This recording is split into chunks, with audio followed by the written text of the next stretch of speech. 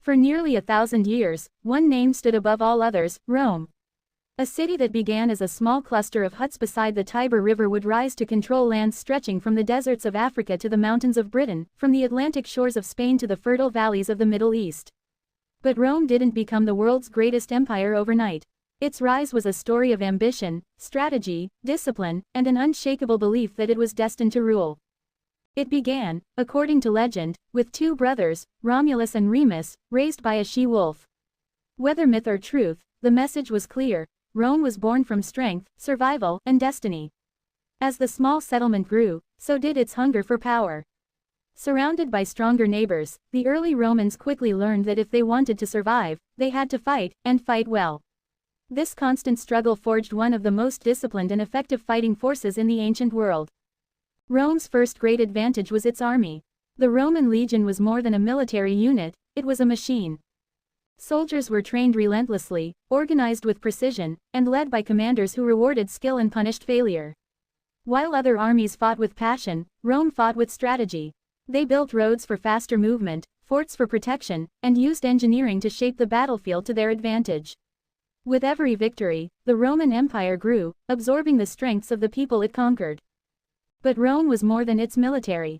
It was a master of adaptation. When they fought the Greeks, they adopted Greek culture, philosophy, and technology.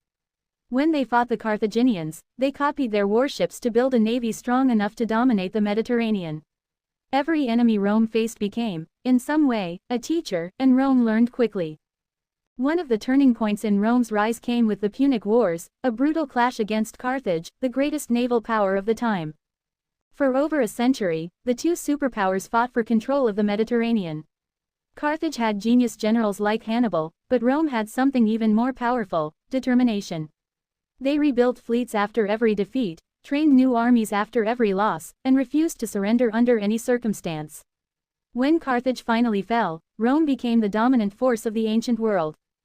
With new wealth, new lands, and new power, Rome expanded rapidly. And as it grew, it built something extraordinary: a civilization. Roads connected distant territories, allowing trade and communication to flourish. Aqueducts brought clean water to cities. Massive amphitheaters hosted games and celebrations. Roman law created order. Roman engineering created awe. And Roman culture spread across continents, uniting millions under a single identity. But Rome's greatest strength may have been its ability to make conquered people feel like they belonged. Instead of destroying defeated nations, Rome often offered them citizenship, rights, and a place in its growing empire. This created loyalty, and transformed enemies into allies. Soon,